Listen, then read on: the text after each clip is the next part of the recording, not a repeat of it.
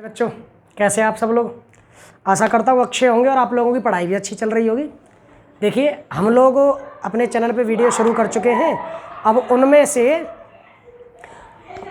से हम लोग अब अपने सिलेबस को आगे बढ़ाते हैं। देखिए आज हम लोग बात करेंगे अर्धचालक वाले चैप्टर्स की, अर्धचालक यानी सेमीकंडक्टर वाले चैप्टर की। तो ये जो चैप्टर है ना बेटा, ये 12th क्लास के सिलेबस में बहुत इंपॉर्टेंट चैप्टर है और इस चैप्टर में से कुछ टॉपिक ऐसे हैं कि जिनमें से क्वेश्चन का आना निश्चित माना जाता है। और माना क्या जाता है, आता भी है, निश्चित ही आता है। तो अब हम लोग सबसे पहले उस सेमीकंडक्टर यानी अर्धचालक वाले चैप्टर में से हम लोग बात करेंगे उन मेन टॉपिक की सबसे पहले, क्योंकि परीक्षा का टाइम बहुत नज़दीक है बेटा, 3-4 दिन बचे हुए। तो जो मेन टॉपिक है हम लोग उनको आपके साथ शेयर करें। तो अपना जो मेन टॉपिक है उनकी शुरुआत करते हैं। जैसा कि हम बता दें, सेमीकंडक्टर वाले चैप्टर में यानी अर्धचालक वाले चैप्टर में आपको कंप्लीटली अर्धचालकों के बारे में पढ़ने को मिलता है कि अर्धचालक क्या होते हैं। जैसे सबसे पहले आप पढ़ते हो कि ठोसों में ऊर्जा बैंड के आधार पर पदार्थों के प्रकार क्या होते हैं। तो ठोसों में ऊर्जा बैंड के आधार पर पदार्थों के 3 प्रकार होते हैं, चालक, कुचालक, अर्धचालक। चालक पदार्थ वो पदार्थ होते हैं जिनमें वर्जित ऊर्जा अंतराल 0 होता है, ठीक है, और जिसमें संयोजी बैंड पूर्ण रूप से खाली और चालन बैंड पूर्ण रूप से भरा हुआ होता है। अर्धचालक पदार्थ वो होते हैं जिनके लिए वर्जित ऊर्जा अंतराल 1 इलेक्ट्रॉन वोल्ट कोटि का होता है, जिनमें संयोजी बैंड और चालन बैंड दोनों आंशिक रूप से भरे होते हैं, आधे भरे आधे खाली। कुचालक पदार्थ वो पदार्थ होते हैं बेटा जिनमें संयोजी बैंड पूर्ण रूप से भरा होता है, चालन बैंड पूर्ण रूप से खाली होता है, वर्जित ऊर्जा अंतराल होता है 3 से और 7 इलेक्ट्रॉन वोल्ट कोटि के बीच में, इसलिए इनमें कोई भी इलेक्ट्रॉन मुक्त नहीं पाया जाता है। अर्धचालकों में कुछ इलेक्ट्रॉन बद्ध अवस्था में होते हैं, कुछ मुक्त अवस्था में होते हैं। चालक पदार्थों में सभी इलेक्ट्रॉन मुक्त अवस्था में होते हैं। इसके बाद में फिर हम लोगों ने अर्धचालक पढ़ते हैं इसमें। तो सबसे पहले नेज अर्धचालक आता है। नेज अर्धचालक, अच्छा मैं आपको बता दूं कि मैं इसमें बीच में सबसे मेन जो एक नंबर के क्वेश्चन होंगे उनके बारे में ही बात करूंगा। जिस टॉपिक को नहीं पढ़ाऊंगा उस टॉपिक के बारे में जो मेन क्वेश्चन बनेगा 1 नंबर का छोटा इंपॉर्टेंट, उनके बारे में बात करूंगा। जैसे हम अगर आगे पढ़ते हैं, नेज अर्धचालक। नेज अर्धचालक आदर्श अर्धचालक कहे जाते हैं जिनमें कोई अशुद्धि नहीं होती है और परम शून्य ताप पर नेज अर्धचालक की चालकता 0 होती है। परम शून्य ताप पर नेज अर्धचालक की चालकता क्या होती है, 0। ताप बढ़ाने पर उसकी चालकता बढ़ जाती है। उसके बाद में आते हैं बेटा अपद्रव्य अर्धचालक। अगर हम लोगों को नेज अर्धचालकों की चालकता बढ़ानी होती है तो हम उसमें अशुद्धि मिलाते हैं, तो बनेंगे अपद्रव्य अर्धचालक। अपद्रव्य अर्धचालक बनाने के लिए अब हम लोग जो अशुद्धि मिलाते हैं उसके लिए कुछ विशेष पैटर्न है कि देखिए, नेज अर्धचालक की जो संयोजकता होती है बेटा 4, नेज अर्धचालक की संयोजकता 4 होती है। इसमें अशुद्धि मिलाकर अगर हम लोगों को अशुद्धि पूर्वक यानी अपद्रवी अर्धचालक बनाने हैं तो फिर हम लोग जो अशुद्धि मिलाएंगे उसकी संयोजकता या तो 4 से ऊपर होनी चाहिए या 4 से नीचे। तो हम अशुद्धि मिलाते हैं या तो पंच संयोजी या त्रिसंयोजी। अगर हम लोगों ने पंच संयोजी अशुद्धि मिला दी तो अष्टक पूरा होने के बाद में 1 इलेक्ट्रॉन शेष रह जाएगा। 1 इलेक्ट्रॉन शेष रहने से ये नेगेटिव हो जाएंगे, तो इससे बनेगा बेटा एन टाइप सेमीकंडक्टर। कौन बनेगा, एन टाइप सेमीकंडक्टर। अर्धचालक में, नेज अर्धचालक में हम लोगों ने पंच संयोजी अशुद्धि मिलाई, उसके पास 4 इलेक्ट्रॉन है। नेज अर्धचालक के पास में अशुद्धि से 4 इलेक्ट्रॉन ले लिए, हो गए 8। अष्टक पूरा हुआ, 1 इलेक्ट्रॉन शेष बचेगा, उसकी वजह से ये नेगेटिव व्यवहार दिखाएगा, तो जो अर्धचालक बनेगा वो एन टाइप होगा। अगर तुमने त्रिसंयोजी अशुद्धि मिलाई, 4 इलेक्ट्रॉन इसके पास है, नेज के पास 4, 3 अशुद्धि के पास, हो गए 7। 1 इलेक्ट्रॉन की कमी रही। इलेक्ट्रॉन की कमी को अर्धचालकों में कहते हैं होल, जो पॉजिटिव होता है। तो 1 होल की अधिकता रहेगी, तो 1 होल की अधिकता रहने से 1 प्लस हो जाएगा, तो ये पॉजिटिव व्यवहार दिखाएगा, इसलिए यहाँ पर बनेगा बेटा पी टाइप सेमीकंडक्टर। इस प्रकार 2 अर्धचालकों का निर्माण होता है, एन टाइप सेमीकंडक्टर और पी टाइप सेमीकंडक्टर। अब हम लोग जो टॉपिक आज पढ़ने वाले हैं वो हमारा टॉपिक है बेटा, हम लोग जो टॉपिक पढ़ेंगे वो है बेटा पी एन संधि डायोड, यानी बेटा P N junction diode. P N संधि डायोड बनेगा किससे, पी टाइप सेमीकंडक्टर से और एन टाइप सेमीकंडक्टर से। पी एन संधि डायोड पढ़ाऊं उससे पहले आप लोग आराम से पी टाइप सेमीकंडक्टर और एन टाइप सेमीकंडक्टर को समझ लो कंपैरिजन से। पी टाइप सेमीकंडक्टर, देखो बेटा पी प्रकार के अर्धचालक वो होते हैं जिनको बनाने के लिए हम लोग नेज अर्धचालक में त्रिसंयोजी अशुद्धि मिलाते हैं, जिसकी वजह से उसमें एक इलेक्ट्रॉन की कमी रह जाती है, यानी एक होल की अधिकता, इसलिए इनका व्यवहार पॉजिटिव होता है, इसलिए पी टाइप सेमीकंडक्टर कहलाते हैं। एन टाइप सेमीकंडक्टर, एन प्रकार के अर्धचालक बनाने के लिए हम लोग अशुद्धि मिलाते हैं एन प्रकार की। एन प्रकार की अशुद्धि जो हम मिलाएंगे बेटा, उस अशुद्धि को मिलाने पर एक इलेक्ट्रॉन की अधिकता होती है, जिसकी वजह से अर्धचालक का व्यवहार ऋणात्मक हो जाता है। इस प्रकार बनता है एन टाइप सेमीकंडक्टर। अब हम लोगों को बेटा इन दोनों को मिलाकर एक और अच्छा अर्धचालक बनाना है, ठीक है, और उस अर्धचालक को हम लोग कहेंगे पीएन संधि डायोड। कैसे बनेगा? अच्छी तरह आराम से निर्माण प्रक्रिया समझिए, फिर उसके बाद में बेटा आप लोग निर्माण प्रक्रिया के बाद में काम कैसे करता है वो समझिए। पीएन संधि डायोड क्या होता है बेटा? ये एक ऐसी अर्धचालक युक्ति है, पीएन संधि डायोड एक ऐसी अर्धचालक युक्ति है जिसका उपयोग एक दिशिक युक्ति के रूप में किया जाता है। जिसका उपयोग किसके रूप में बेटा? एक दिशिक युक्ति के रूप में। अब ये एक दिशिक युक्ति क्या है? एक दिशिक युक्तियां वो होती हैं बेटा जो धारा का प्रवाह केवल एक दिशा में होने देती हैं। एक दिशिक युक्तियां वो होती हैं जो धारा का प्रवाह केवल एक दिशा में होने देती हैं, उन्हें कहते हैं एक दिशिक युक्ति। मतलब पीएन डायोड एक ऐसी युक्ति है जो विद्युत धारा का प्रवाह केवल एक दिशा में होने देगा।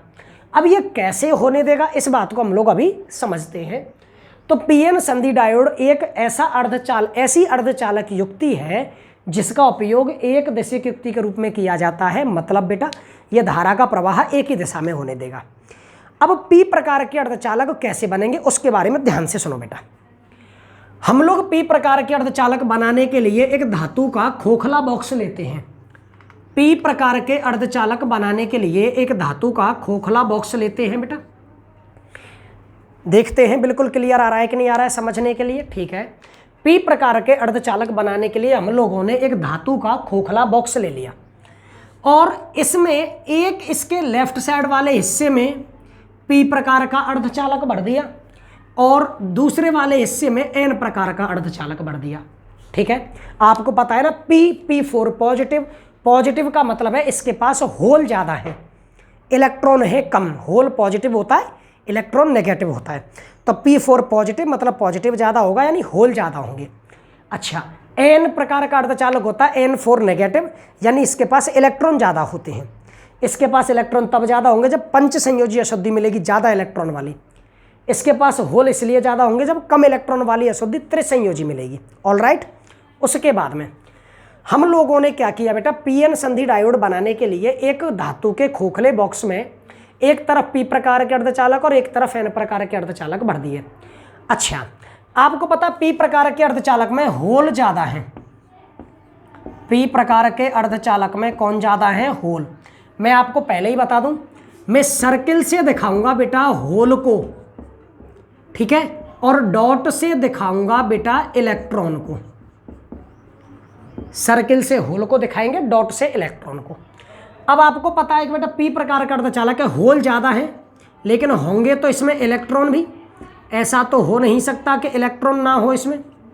जैसे देखो मैंने होल ले लिए 1 2 3 4 5 6 7 8 9, इलेक्ट्रॉन ले लिए 1 2 3 4 5 6, हो गया ज़्यादा। पी प्रकार के अर्धचालक में होल ज़्यादा। एन प्रकार के अर्धचालक में इलेक्ट्रॉन्स ज़्यादा होंगे। एन प्रकार के अर्धचालक में कौन ज़्यादा होंगे बेटा? इलेक्ट्रॉन्स ज़्यादा होंगे।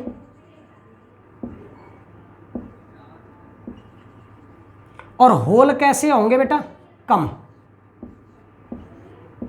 देखो इलेक्ट्रॉन 1 2 3 4 5 6 7 8 9 और होल 1 2 3 4 5 6। हम लोगों ने एक धातु का खोखला बॉक्स लिया बेटा, जिसमें एक तरफ भर दिया पी प्रकार का अर्धचालक और एक तरफ भर दिया एन प्रकार का अर्धचालक। अब आपको एक बात अच्छी तरह पता है, पी प्रकार के अर्धचालक के पास में कौन ज़्यादा है? इसके पास है होल। एन प्रकार के अर्धचालक के पास में कौन ज़्यादा है? इलेक्ट्रॉन। तो तुम्हें क्या लगता है, इधर होल ज़्यादा है इधर होल कम है, तो होल भागेंगे इधर राइट में। होल किधर भागेंगे बेटा? राइट में।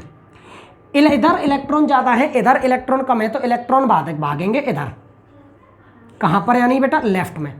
यानी आवेशों का विसरण होगा। आवेशों का क्या होगा? विसरण। आवेश ऐसे मिलेंगे, ऐसे मिलेंगे।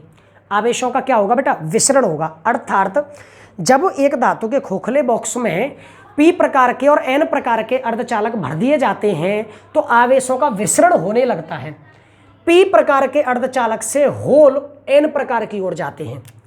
P प्रकार के अर्धचालक से होल किसकी ओर जाएंगे बेटा, N की ओर। P प्रकार के अर्धचालक से होल जाएंगे N की ओर और N प्रकार के अर्धचालक से इलेक्ट्रॉन जाएंगे P की ओर। कौन जाएंगे बेटा, इलेक्ट्रॉन। N प्रकार के अर्धचालक से इलेक्ट्रॉन P की ओर जाएंगे बेटा। P प्रकार से होल इधर भागेंगे, N प्रकार से इधर इलेक्ट्रॉन। आवेशों का होगा विसरण।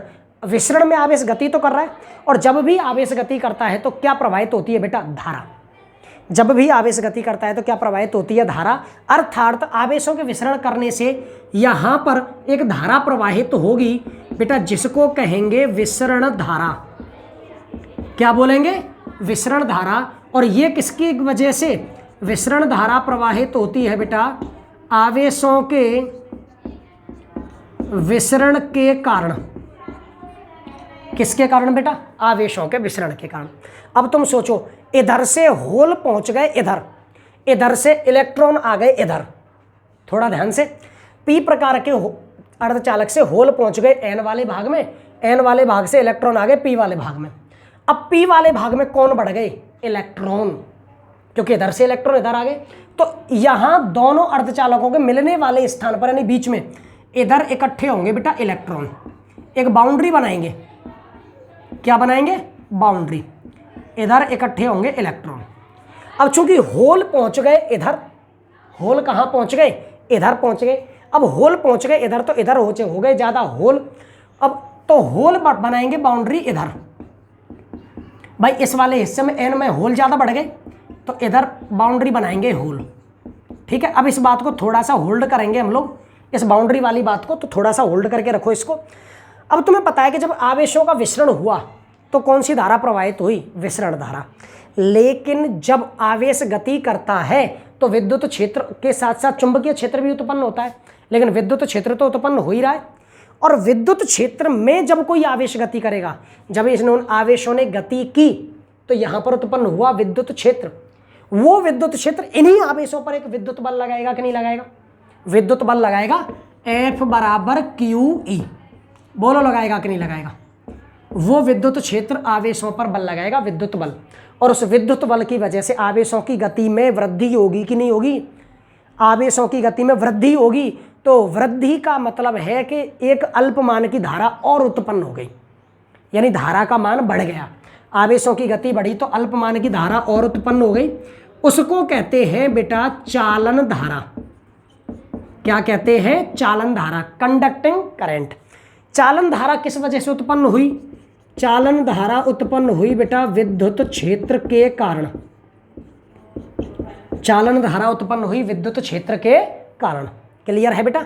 अब तुम सोचो, इधर से होल गए इधर, इधर से इलेक्ट्रॉन आए इधर, तो इस हिस्से में बढ़ गए इलेक्ट्रॉन तो इलेक्ट्रॉनों ने बाउंड्री बना ली।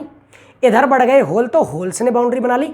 और बीच में ये बाउंड्री वाले जो इलेक्ट्रॉन और होल मिलकर हो गए उदासीन। क्या हो गए बेटा, उदासीन। और उदासीन होकर इन्होंने एक उदासीन परत का निर्माण कर लिया। किसका निर्माण कर लिया बेटा, परत का निर्माण कर लिया। और परत का निर्माण किया और ये परत क्या काम करेगी बेटा, ये परत काम करेगी कि ये जो इधर से होल इधर जा रहे थे वो नहीं जाए, इधर से इलेक्ट्रॉन इधर जा रहे थे वो नहीं जाए। मतलब आवेशों के विसरण को रोकने का कार्य करेगी। आवेशों के विसरण का क्या करेगी, रोकने का कार्य करेगी। तो ये जो बीच में एक परत बनती है जो आवेशों के विसरण को रोकने का कार्य करती है, इस परत को कहते हैं बेटा अवक्षय परत।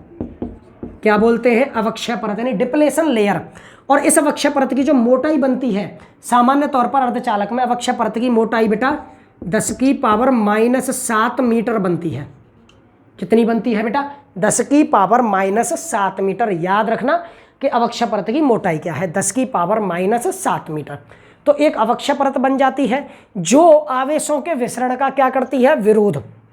आवेशों के विसरण का क्या करती है, विरोध करती है। अब इस वजह से आपका जो भी युक्ति बनी इस धातु के खोखले बॉक्स में, उसमें एक तरफ एक प्रकार के आवेश और दूसरी तरफ दूसरे प्रकार के आवेश, ठीक है। एक भाग P और एक भाग N, तो इसके दो हिस्से हो गए, यानी इसके दो इलेक्ट्रोड हो जाएंगे बेटा। क्या हो जाएंगे? दो इलेक्ट्रोड हो जाएंगे, एक ये वाला सिरा और एक ये वाला सिरा। अब दो इलेक्ट्रोड हो गए, तो अब जो युक्ति बनी है इसको कहेंगे बेटा PN संधि डायोड। PN इसलिए क्योंकि P और N है, संधि इसलिए क्योंकि बीच में बेटा यहाँ पर संधि बनी है अवक्षय परत की, डिप्लेशन लेयर की, और बेटा डायोड इसलिए कहते हैं क्योंकि इसके कितने इलेक्ट्रोड हैं बेटा? दो इलेक्ट्रोड है, तो डाई इलेक्ट्रोड, डाई इलेक्ट्रोड, तो डाई को तो डाई रहने दो, इलेक्ट्रोड में से ले दो ओड, तो क्या बन गया बेटा? डायोड। तो इसका नाम PN संधि डायोड बना, डायोड के आधार पर डाई इलेक्ट्रोड, क्योंकि इसके दो इलेक्ट्रोड हैं, तो डाई इलेक्ट्रोड से बना इसका डाई प्लस ओड इधर से लिया डायोड। इस प्रकार निर्माण होता है PN संधि डायोड का कि एक धातु के खोखले बॉक्स में P प्रकार का अर्धचालक, N प्रकार का अर्धचालक भर दो, पहले उनमें आवेशों में विसरण होगा, फिर विद्युत क्षेत्र उत्पन्न होगा आवेश की गति के कारण, फिर वो विद्युत क्षेत्र विद्युत बल लगाएगा जिनके कारण दो धाराएं प्रवाहित होंगी, विसरण के कारण विसरण धारा, विद्युत क्षेत्र के कारण चालन धारा, और इस वजह से P भाग में इलेक्ट्रॉनों की संख्या बढ़ेगी, N भाग में होलों की, तो बीच में इलेक्ट्रॉन्स और होल मिलकर एक उदासीन परत का निर्माण कर लेंगे, जिस उदासीन परत को अवक्षय परत कहते हैं, डिप्लेशन लेयर, जिसकी मोटाई 10⁻⁷ मीटर होती है, और ये आवेशों के विसरण को रोकती है, ठीक है, यानी ये अवरोध का कार्य करती है आवेशों के विसरण में। इस प्रकार बनती है एक युक्ति जिसको कहते हैं PN संधि डायोड। अब ये मैंने बोला PN संधि डायोड एक दिशक युक्ति के रूप में कार्य करती है, तो ये एक दिशक युक्ति के रूप में कैसे कार्य करेगी उस चीज़ के लिए आपको पहले तो आप ये समझ लीजिए कि ये चीज़ क्लियर है कि नहीं है। आप आराम से पहले इसको समझे कि डायोड बना कैसे। ये PN संधि डायोड है। अब PN संधि डायोड एक दिशक युक्ति के रूप में कैसे काम में आता है उस चीज़ को पढ़ाया जाता है कि हम लोग इस डायोड को विद्युत परिपथ में कैसे काम में लेंगे। इस डायोड को विद्युत परिपथ में कैसे काम में लेंगे, तो इसको विद्युत परिपथ में जोड़ने का जो तरीका है उस तरीके को कहते हैं अभिनति। किसी PN संधि डायोड को परिपथ में जोड़ना क्या कहलाता है बेटा? अभिनति। और इसकी अभिनति दो प्रकार से होती है, क्योंकि इसके दो डायोड हैं, वो इसके दो इलेक्ट्रोड है, ये डायोड है, तो PN संधि डायोड को हम लोग परिपथ में दो तरह से जोड़ सकते हैं, यानी बेटा अभिनति यानी बायसिंग, बायस। तो इसको जोड़ने के दो तरीके हैं बेटा, एक होती है अग्र अभिनति, फॉरवर्ड बायसिंग, अग्र अभिनति यानी फॉरवर्ड बायसिंग, और एक होती है बेटा पश्च अभिनति यानी बेटा रिवर्स बायसिंग। एक होती है फॉरवर्ड बायसिंग और एक होती है रिवर्स बायसिंग। पश्च को हम लोग उत्क्रम भी कह देते हैं। तो PN संधि डायोड को जब हम लोग अग्र अभिनति में जोड़ेंगे तो कैसे जोड़ेंगे और धारा चालन कैसा होगा, PN संधि डायोड को पश्चिया उत्क्रम अभिनति में जोड़ेंगे तो कैसे जोड़ेंगे और धारा चालन क्या होगा, इस चीज़ के बारे में अब हम लोग आपसे मिलेंगे बेटा नेक्स्ट वीडियो में। तो आप लोगों को इस वीडियो में ये बताया है मैंने कि PN संधि डायोड होता क्या है, किस चीज़ में उपयोग में आता है और इसका निर्माण कैसे होता है, इसका परिपथ में कैसे उपयोग किया जाता है। PN संधि डायोड की अभिनति, अग्र अभिनति और पश्च अभिनति, वो चीज़ अब हम लोग आपसे अगली वीडियो में शेयर करेंगे। तो आज की सभा को हम यहीं समाप्त करते हैं, आपसे अब नेक्स्ट वीडियो में मिलेंगे। तब तक के लिए जय हिंद, जय भारत।